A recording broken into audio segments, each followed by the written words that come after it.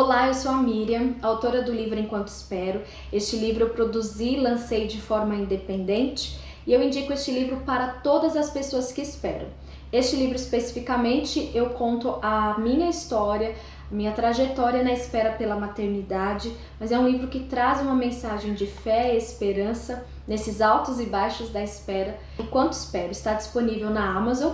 Também você pode entrar em contato pelas minhas redes sociais solicitando o seu livro que eu envio para você. Hoje eu quero indicar um outro livro também e vou falar um pouco mais sobre este livro que tem o título Espiritualidade em Família. E apesar de não ter os meus filhos comigo, eu li este livro já pensando na criação dos meus filhos, porque eu acredito que de todas as formas nós podemos melhorar a nossa conduta e também nos prepararmos para aquilo que nós desejamos viver. Então, o subtítulo do livro é A Importância dos Valores Bíblicos na Criação dos Filhos. A autora é a Michelle Anthony e foi publicado pela editora Mundo Cristão. Quando eu leio, eu faço anotações da leitura, o que me chama a atenção, e é isso que eu quero compartilhar com você. Nós devemos buscar a Deus como nossa plateia principal, agradar somente a Ele com o nosso modo de criar os filhos e buscar força e poder nele, somente nele, para cumprir essa missão. A criança não faz o que a gente fala. Ele até pode fazer o que a gente fala, mas só vai ser ali naquele momento, pontualmente. Porque criança, ela imita a gente, ela faz o que a gente faz, não o que a gente fala para ela fazer. A autora, ela compartilha aqui nesse livro que não é a função da mãe, do pai, simplesmente controlar o comportamento do filho. O alvo tem que ser maior. Os filhos, eles conhecem e ouvem a voz de Deus, precisam identificar a voz de Deus no meio de outras vozes, então eles precisam ter desejo de obedecer a Deus quando ouvir a voz de Deus. E para isso eles precisam reconhecer essa voz de Deus. E quem tem a missão de apresentar Deus para os filhos são os pais. E uma pergunta básica do livro, que é mencionada no primeiro capítulo e nos capítulos seguintes, de certa forma essa pergunta ela reaparece, é a seguinte: qual é o meu objetivo final na criação de cada um dos filhos que Deus me concedeu e como os criarei com esse objetivo em mente? Então são duas questões. Qual é o objetivo final na criação de cada filho que Deus me deu e como eu criarei os meus filhos tendo esse objetivo em mente? Então você precisa primeiro identificar qual é o objetivo que você tem e como você vai fazer os seus filhos alcançarem esse objetivo. 10 ambientes diferentes para você criar em casa espaços espirituais. Primeiro, contar histórias. Segundo, identidade. Terceiro, comunidade de fé. Quarto, servir. Quinto, fora da zona de conforto. Sexto, responsabilidade. Sétimo, correção de rumo. Oitavo, amor e respeito. Nono, conhecimento. E décimo, ser exemplo de vida. Os pais, eles podem criar ambientes magníficos de todas as formas, através da comunidade de fé, a igreja que frequenta, através de contação de história, através de fazer o seu filho conhecer outros ambientes que promovam nele uma sensibilidade humana para servir o outro. Os pais podem fazer de tudo, mas quem faz a transformação, quem convence o homem do juízo, do pecado, da maldade, da necessidade de reconhecer em Jesus o Salvador do mundo, é só o Espírito Santo. Então é Deus quem age. Os pais devem sim ser atuantes, mas saber que é Deus quem faz todas as coisas. Nós, como pais, simplesmente temos o privilégio de participar com Ele dessa missão. O centro da fé cristã é Jesus. A história central de toda a Bíblia é sobre Jesus. O seu filho precisa conhecer quem é Jesus. E esse conhecimento não deve ser técnico.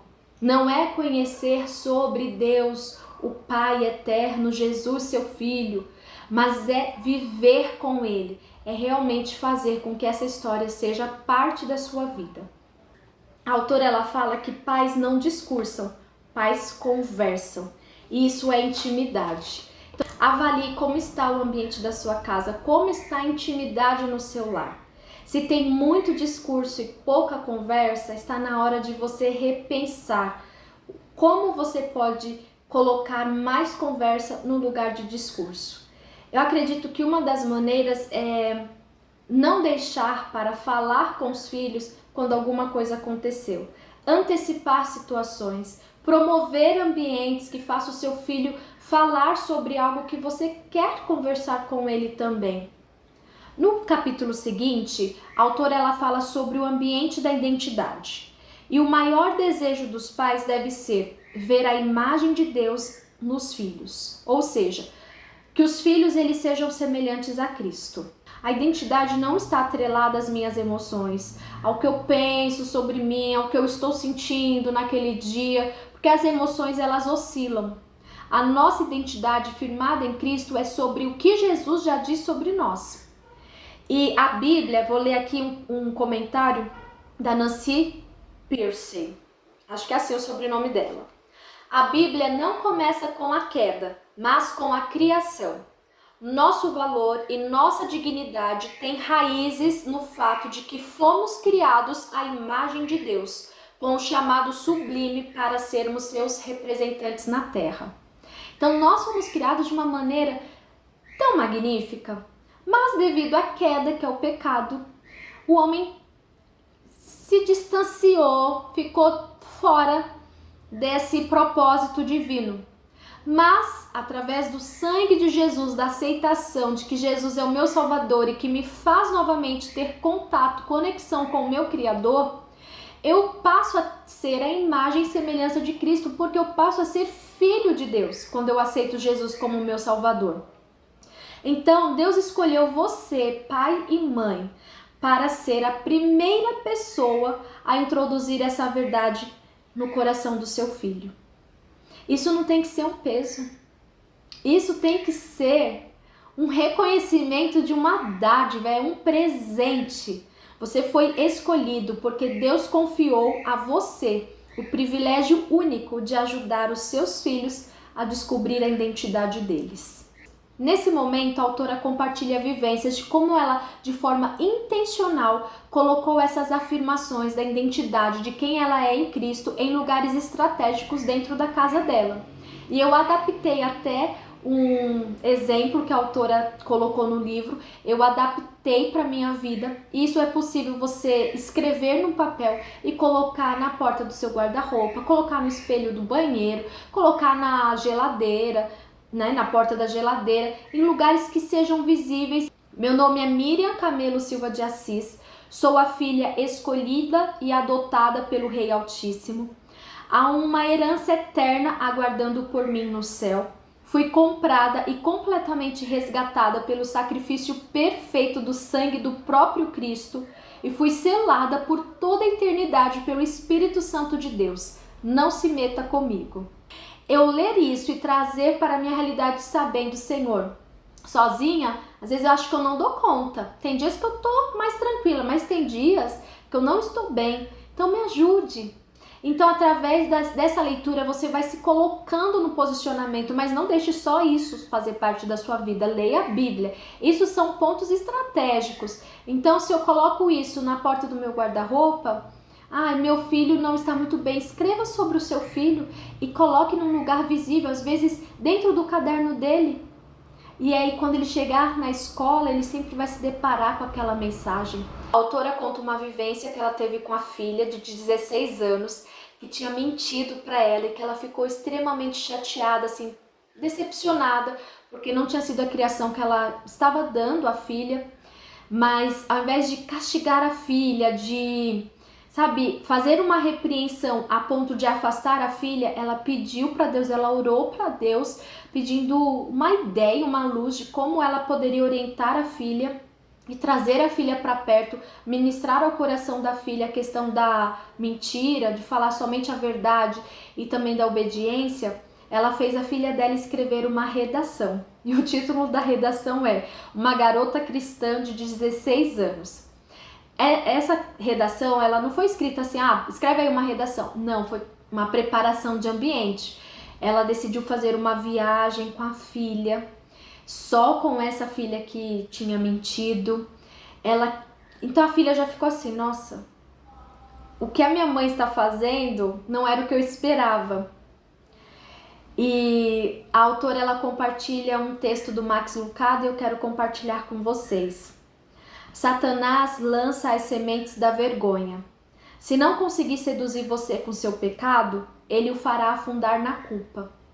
Nada lhe agrada mais que vê-lo escondendo-se num canto, envergonhado, porque continua a lidar com o mesmo velho hábito. Deus está cansado de suas lutas, ele sussurra. Seu pai está cansado de seus pedidos de perdão, ele mente. Mas sua tentação não é notícia em primeira mão no céu. Seu pecado não surpreende Deus.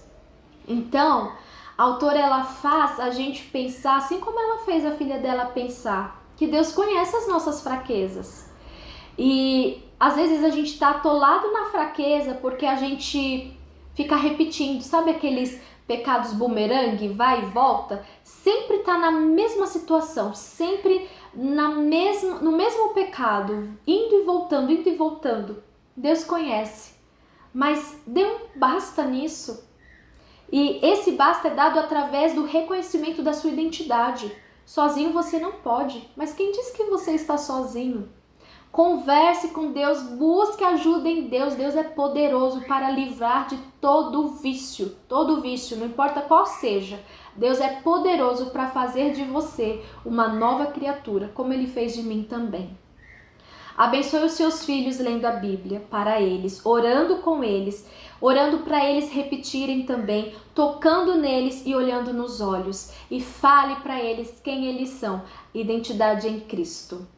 E um outro ambiente que a autora compartilha é o ambiente da comunidade da fé. Sabe a igreja que você frequenta, que você faz parte? Essa é a sua comunidade da fé.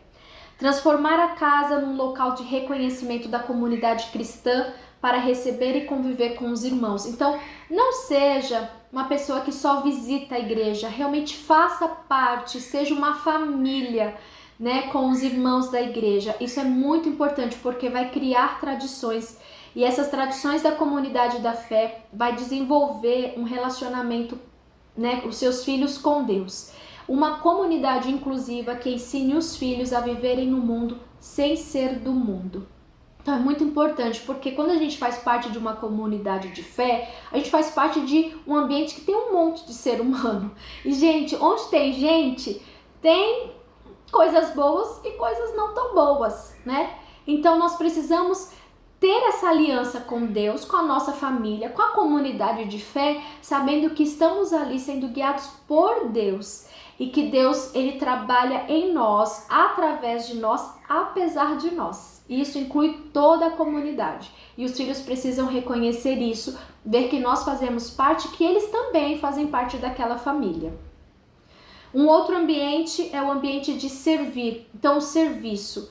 O que realmente necessita ser feito. Esse capítulo eu achei tão interessante porque a autora deixa muito claro que às vezes a mulher na sociedade ela se sente sobrecarregada, ela não se sente, ela é sobrecarregada porque ela acaba fazendo tudo.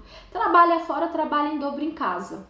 Porque é roupa para lavar, é comida para fazer, é filho para criar, é não sei quem para domesticar. Gente, é muito trabalho.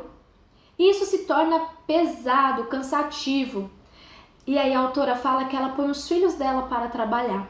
E num primeiro momento parece até ser assim um choque, porque não é comum você ver crianças, né, de acordo com a idade, é claro, fazendo as tarefas domésticas.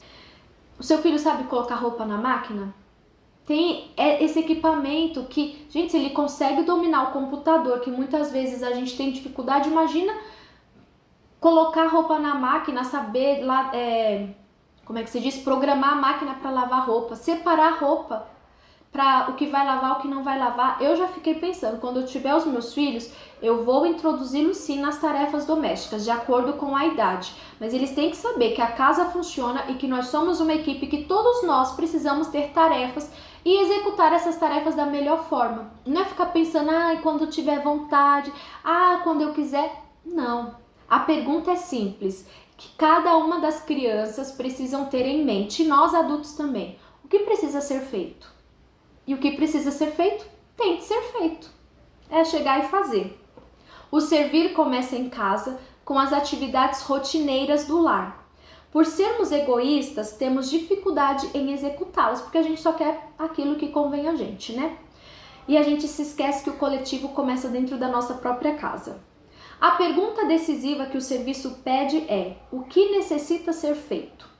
Tarefas domésticas foram substituídas por atos de serviço. Então, assim, é uma palavra bonita que a autora, ela diz que mudou. Ao invés de ficar falando na casa dela, olha, essa é a sua tarefa, filho. Ela começou a falar, a trabalhar no coração dos filhos a seguinte frase: isso é um ato de serviço. Você vai demonstrar o seu amor pela sua família através desse serviço. Então é arrumar a cama, mas arrumar bem feito. Não é embolar as cobertas e deixar lá, não. Não é pegar um monte de roupa e socar no guarda-roupa. É fazer com excelência. Uma experiência de servir. Pega os seus filhos, é o que ela fez, né? E ela compartilha aqui no livro. Dar uma volta de 15 minutos no bairro, perguntando: o que necessita ser feito? Aí os filhos dela, durante esse passeio, viram que tinha lá um terreno baldio, que estava a pracinha, acho que estava tudo sujo. Aí ela falou: tá sujo? O que precisa ser feito? Ah, precisa ser limpo.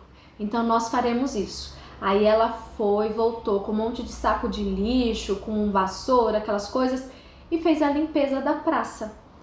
Às vezes, vemos o resultado dos nossos atos de serviço. Em outros momentos, realizamos atos de serviço em silêncio, onde ninguém vê. E somente Deus sabe o impacto eterno daquilo que estamos fazendo. Então os filhos também precisam saber. Tem horas que eles serão reconhecidos. Que vai ter alguém que vai falar: uau, que casa cheirosa, quem fez isso? Parabéns, que comida maravilhosa. Mas tem vezes que isso não vai acontecer. Mas o coração deles tem que estar em paz. Porque eles estão fazendo um ato de serviço não para serem elogiados, mas simplesmente porque necessita ser feito. A autora, ela fala muito sobre deixar de dar o leite para introduzir o alimento sólido nos filhos, exige paciência e dedicação. Então, a questão da educação é uma repetição. O alimento sólido é a fé, que não se mede pelo que sabemos, mas pelo modo como praticamos aquilo que sabemos. Então, não é a quantidade daquilo que você sabe, mas o que você sabe, o quanto realmente tem sido exercitado, aplicado. A criança, ela tem um músculo da fé, mas se esse músculo não é exercitado, ele atrofia. Chega ao ensino superior e retrocede. Então, faça com que o seu filho compreenda que a fé precisa ser exercitada, precisa ser alimentada. Os nossos filhos, essa geração, necessitam de uma causa e um entendimento de quem é Deus. Também eles necessitam desse conhecimento sobre o reino de Deus. Sem isso, eles se contentarão com algo bem menor, que é a futilidade. Eu poderia ficar muito tempo falando aqui sobre a questão da futilidade. Quantas vezes nós, como adultos, deixamos de apresentar a profundidade de algo simplesmente porque é mais fácil só jogar o leitinho para o filho? Porque a profundidade, ela exige, de certa forma, uma escavação, exige tempo, exige dedicação. Mas não seja omisso, não seja impaciente, não seja preguiçoso no desenvolvimento dos seus filhos. Faça com que os seus filhos entendam o que é servir. Não servir para ser aplaudido, mas servir porque o próprio Mestre Jesus Cristo nos serviu. No capítulo seguinte, a autora fala sobre o ambiente fora da zona de conforto. Mas o que seria isso? Os nossos filhos, eles sofrerão maldades, porque, gente, nós vivemos num mundo mau. Então, é óbvio que em algum momento os nossos filhos, eles sofrerão maldades. Eles receberão ofensas com ou sem intenção. Às vezes alguém está ali provocando, às vezes a pessoa nem percebeu, mas de uma maneira inconsciente, ela, de certa forma, magoou o seu filho. A melhor dádiva que podemos conceder aos nossos filhos é a confiança de ver que acreditamos que tudo é filtrado pelas mãos de Deus. Então, tudo está no controle de Deus. Nós precisamos desenvolver essa confiança também dos nossos filhos. Precisamos começar a olhar para as dificuldades que surgem na vida dos nossos filhos como situações que Deus usa para refiná-los. Depois precisamos andar com eles, orando sempre e ser exemplos de como devem reagir com graça em tempos de provação, porque os filhos passarão por provações.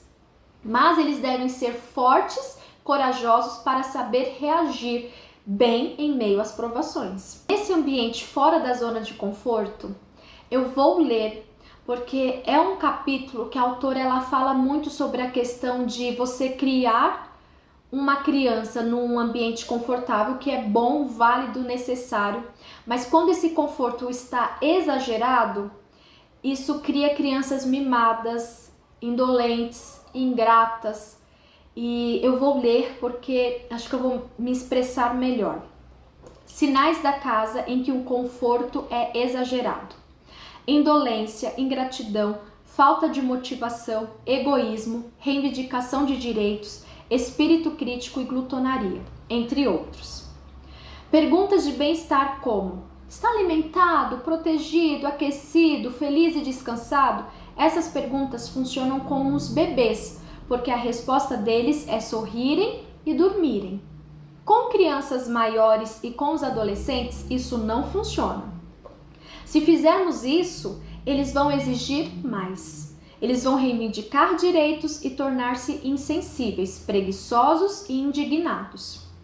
Então, corrigir o conforto anormal que já foi criado dói, porque os músculos da consciência estavam sem uso e também porque crescer dói.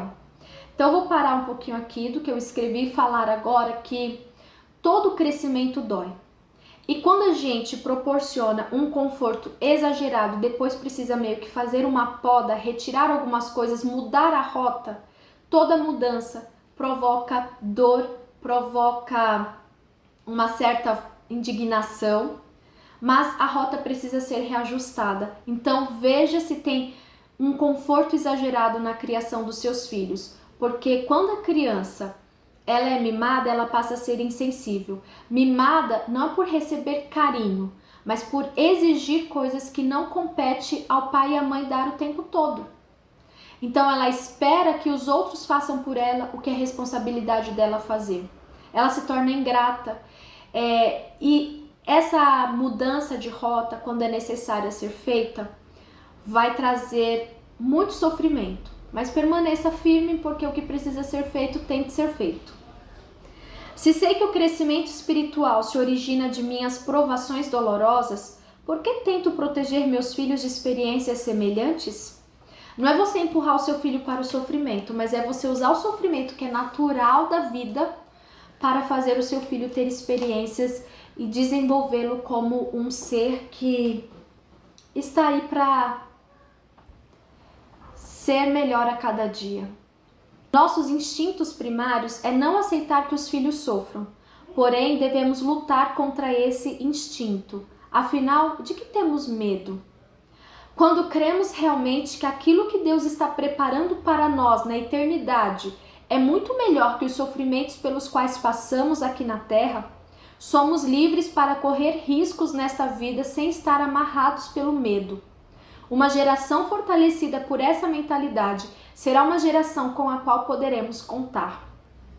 Então eu oro, gente, eu oro porque eu sei que os meus filhos, eu corro riscos e eu preciso estar preparada, eu preciso estar encorajada para correr esses riscos. Os riscos de que a maternidade impõe, de que os filhos vão sofrer e eu vou sofrer junto, de que às vezes eu vou me sentir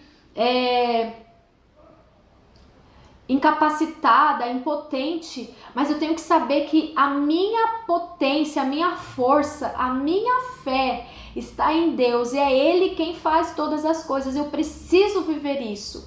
Então eu preciso cada vez mais me apegar na esperança que Deus dá para mim através da palavra dele. Então a minha vida tem que estar firmada na rocha, que é Cristo, que é a palavra. Porque Ele é o próprio verbo, né, que se fez carne. Ele é a própria palavra que se fez carne, que veio ao mundo, que já passou tudo e o fim já está totalmente definido. Esse capítulo deve ter sido muito difícil para o autor escrever, muito dolorido, porque é o nosso instinto e contra ele causa dor. Mas eu acredito também que Deus quer que nós nos tornemos semelhança à imagem dele e a dor faz a gente alcançar isso, né? nós conseguimos ver. Não é você ir atrás do sofrimento, mas é você saber que Deus, ele usa o sofrimento para nos aproximar dele.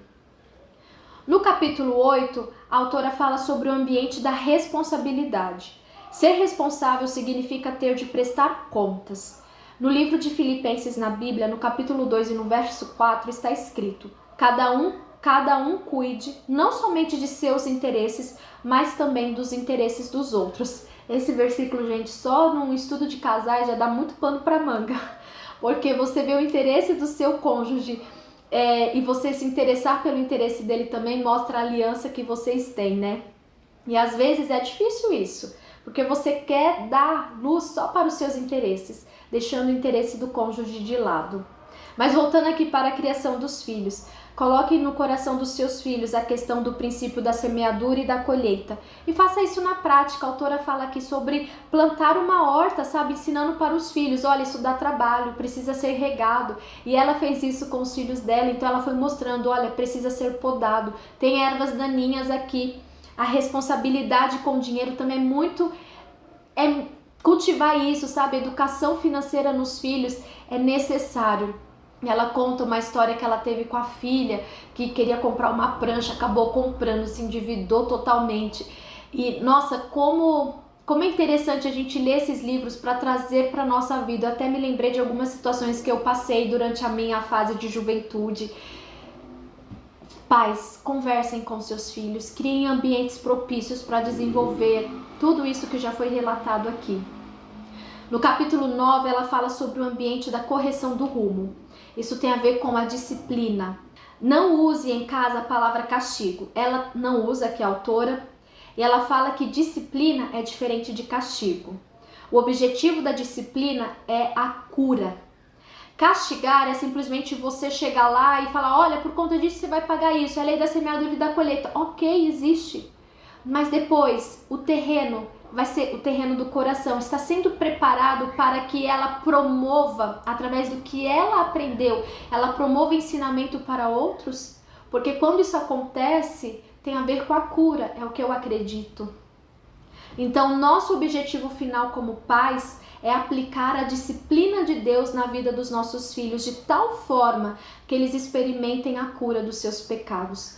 Porque tudo que acontece na nossa vida não acontece por acaso. Deus quer tratar o nosso coração. Não use frases como: se você não parar de chorar, vou lhe dar motivos para chorar de verdade. Espere até seu pai chegar em casa. Se você não parar, vai se arrepender. Gente, todas essas frases, elas têm a mesma conotação. Você vai ficar tão triste, tão arrependido, tão dolorido ou tão machucado que nunca mais vai querer fazer isso de novo. E não é isso que a gente quer que as crianças entendam. Os nossos filhos precisam entender que eles precisam parar de ter um comportamento mal educado, um comportamento errado, porque Deus quer criar neles a semelhança, a imagem, né? A imagem do próprio Cristo refletida neles. Nós precisamos fazer perguntas aos filhos que alinhem o coração deles com o caminho da cura que só Deus pode trazer. As perguntas têm de sair do nível do comportamento em si e ir para a causa. Então, a autora ela fala 3 etapas para a correção do rumo. Primeiro, a disciplina, ela tem a ver com dor, então é dolorosa, né? A disciplina nunca é divertida quando está sendo aplicada, mas sim dolorosa. Então a verdadeira cura começa com a dor. Cada pessoa tem uma forma de sentir dor. Exemplo, só um olhar já basta. Às vezes um olhar de uma mãe já causa uma dor muito grande, já começa a disciplina ali. Um tapa num bumbum não resolve. Deixar no quarto para pensar, para alguns pode ser um presente, ficar ali quieto no quarto, isolado. Então é preciso tratar individualmente. Então conheça o seu filho, para isso você precisa ter intimidade. Veja como seu filho precisa ser tratado para ele ser disciplinado. E a disciplina, ela é dolorosa.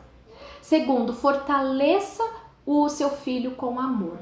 Falar após a aplicação da disciplina não é dar sermão, não é você ficar dando discursos. você precisa estabelecer conexão. Então é primordial, após a disciplina, você falar, eu amo você. E estabelecer um toque físico, mesmo se o filho vai se esquivar, tipo, meio que rejeitando, dê um abraço, deixe claro para o seu filho, olhando nos olhos dele, que você está ali com ele, que ele não está sozinho e que ele pode contar com você. E o terceiro passo, a terceira etapa na correção do rumo, é instruir crianças no caminho que deve andar. Isso exige esforço e isso gera também um enorme cansaço. Tem dias vitoriosos, tem dias que você vai ficar radiante com o resultado, em outros tudo vai ser um desastre, mas não desista. Trata-se de um processo de treinamento, então tem altos e baixos. O treinamento para qualquer esporte exige tempo, esforço e energia, repetição e mais repetição. Para todo o ambiente da correção de rumo e criação de filhos, a força não é suficiente, é preciso amor. Precisamos pedir e confiar no Espírito Santo e ele nos ensina a sermos pais. Gente, eu vou parar aqui rapidamente só para falar para vocês que tem um versículo na Bíblia que sempre me incomodou muito, mas ultimamente Deus tem tratado no meu coração, que diz que as mulheres são salvas ao dar à luz. E eu entendo que esse ser, hoje, né? Eu entendo que esse ser salvo é realmente quando você tem filhos, você ministra na vida dos filhos, mas primeiramente você é ministrado por Deus. Então você entender que você precisa disciplinar o seu filho, que você precisa fortalecer ele em amor, que você precisa traçar um caminho, né, de correção de rumo, exige tempo, esforço. Então eu vejo que essa repetição, ela é dada também na vida do adulto, você se vê ali como filho de Deus. Então todo pai, toda mãe tem um privilégio muito grande e ao mesmo tempo que está corrigindo, está tendo conexão com o filho, está sendo ministrado por Deus, esse privilégio de saber que Deus ele não desperdiça, nem mesmo as instruções que são passadas para os filhos, Deus não desperdiça que sejam também instruções para os pais. Há um aprendizado mútuo, talvez em fases diferentes, em níveis, né, diferentes, mas há um aprendizado mútuo. Amor e respeito são ambientes importantíssimos que precisamos proporcionar a nossos filhos, seja qual for o comportamento deles ou a circunstância. Nunca deixe de amar e de respeitar. Isso é primordial. No capítulo 10, a autora ela fala sobre o ambiente de amor e respeito. Eu amo meus filhos e preciso levar em conta o custo que esse amor requer de mim. Preciso da ajuda de Cristo para amá-las. Quando li, eu achei muito interessante porque o meu marido teve um encontro de casais que nós tivemos a oportunidade de dar um depoimento e ele falou que ele orava para Deus colocar amor no coração dele por mim. E eu fiquei pensando, eu falei, nossa, ele tem que orar sobre isso? Aí depois eu cheguei à conclusão, falei, realmente, ele tem que orar sobre isso, e isso é uma prova de amor por mim. E os pais também, e eu também, né, cada vez mais tenho orado, Senhor, coloque amor no meu coração pelo meu marido, eu amo, mas faça eu amá-lo mais, porque o amor, gente, não é só você olhar e suspirar. Amor tem a ver com razão, é você admirar com o seu intelecto, sabe, com o seu raciocínio. Então eu falo, Senhor, coloque amor no meu coração para que eu veja as atitudes dele e eu ter condições de ter sabedoria nas palavras quando eu tiver que falar alguma coisa, né, para nós nos ajustarmos num determinado assunto, numa situação. E em relação aos filhos, peça para Deus colocar amor no seu coração, porque tem hora que acho que deve vir um cansaço, uma exaustão, sabe aquela coisa, acho que não tem mais jeito? Tem jeito sim, claro que tem. Deus confiou em suas mãos os seus filhos. Ore por isso, ore por eles, ore para Deus colocar amor no seu coração, para você criar um ambiente de amor e respeito, para você ser esse instrumento principal de cura para o seu filho. O processo da disciplina é desgastante, cansativo. Temos que ter cuidado para não confundir amar uma pessoa com aceitar um comportamento. Então, ame o seu filho, mas não aceite o comportamento de uma criança mal educada, de uma pessoa que não corresponde àquilo que ela foi ensinada. Ouvir atentamente o filho é importante, com ouvidos generosos é melhor ainda. Nunca é tarde. Se por acaso você não tem desenvolvido uma escuta ativa e empática com seu filho, nunca é tarde. Comece agora. No capítulo 11, que é o penúltimo capítulo, a autora fala sobre o ambiente do conhecimento. O ensinamento da fé ocorre melhor no curso natural da vida diária, ou seja, com exemplos vivos dos pais no dia a dia. Então você é a Bíblia que o seu filho está lendo. Isso não o impede, não deve ser motivo para ele não ler a palavra de Deus. Mas o que vai falar mais alto vai ser o seu exemplo. Objetivos dos pais cheios do Espírito: colocar os filhos no caminho do divino para que aprendam a ouvir e conhecer a voz de Deus, desejar obedecer a essa voz e obedecer a ela no poder do Espírito de Deus. Como pais, precisamos preparar nossos filhos a conhecer Deus, não a conhecer a respeito de Deus. Então, viver com Deus, muito mais do que conhecer sobre Deus, é muito além. E o último capítulo, ela fala sobre o ambiente de ser exemplo de vida. Conhecemos Deus por meio da palavra. Escolhemos seguir o exemplo de Jesus. Oramos e pedimos ao Espírito Santo capacitação para obedecermos. Quando sujeitamos nossa vida e nosso corpo às disciplinas espirituais, que é oração, retiro espiritual, memorização das escrituras, meditação, jejum, comunhão com os irmãos, confissão, entre outros, nós começamos a entender a autonegação e o compromisso de cumprir a vontade de Deus para conosco. E isso produz um caminho para ouvir a voz dele de uma forma que nunca imaginamos. Buscamos a Deus para Ele revelar os pontos cegos e os pecados que nos impedem de ser bons pais. E reconhecemos que sem a ajuda dele, todos os dias, certamente nós fracassaremos. Então é a ajuda de Deus. Então antes de você falar com seus filhos, você precisa falar com Deus. Antes de você instruir os seus filhos, você precisa parar e ouvir a Deus. Você precisa ser instruído por Deus. Você precisa ter conexão com Deus. Os campos de psicologia e sociologia afirmam que a partir do 13º ano de vida, os pais não são mais os principais influenciadores dos filhos. Então, lá no início da fase da adolescência, lá nos 13 anos, os pais já não são as principais influências. Isso de acordo com estudos, sociológicos e também psicológicos. Não devemos concordar com a ideia de parar de influenciar os filhos aos 13 anos. Tá, isso os estudos comprovam, mas você é pai, você é mãe, você continua sendo autoridade na vida dos seus filhos. Nós podemos criá-los de forma que eles recorram a nós em busca de sabedoria e bênção durante a vida inteira. Não é fazer com que o seu filho seja dependente de você a ponto de, ai meu Deus, eu tenho minha mãe. Seja um porto seguro, mas que você seja ciente de que eles vão voar. E que eles, durante o voo, se tiver necessidade, eles têm um ninho para voltar. Pais precisam perseverar até o fim. Não desista dos seus filhos. Perseveramos, não desistimos. Não abdicamos em favor de ninguém. Não justificamos nossos erros por causa da maneira como fomos criados ou dos recursos que não tivemos. É muito comum isso acontecer, mas eu não tenho capacidade de fazer tal coisa porque eu não recebi. Hoje, Deus te faz uma nova criatura. Você tem condições porque é Deus quem te capacita. É claro que para alguns vai ser mais difícil do que para outros, mas não permita que o seu passado determine como vai ser o seu futuro. Ele está lá para ser algo que você vai ver, que você vai retirar o lixo que precisa ser retirado, mas que você vai reciclar aquilo que é possível, porque do lixo é possível se tornar um luxo. É possível. Mas isso requer de você uma postura, uma decisão. Combatemos o bom combate todos os dias, sabendo que não podemos ser exemplos daquilo que não possuímos. Então que você tenha Cristo como seu dono, para que você mostre para os seus filhos que o dono da vida deles é Cristo também. Você e seus filhos estão numa jornada espiritual juntos, não apenas durante os próximos anos, mas durante a vida inteira, se Deus assim permitir.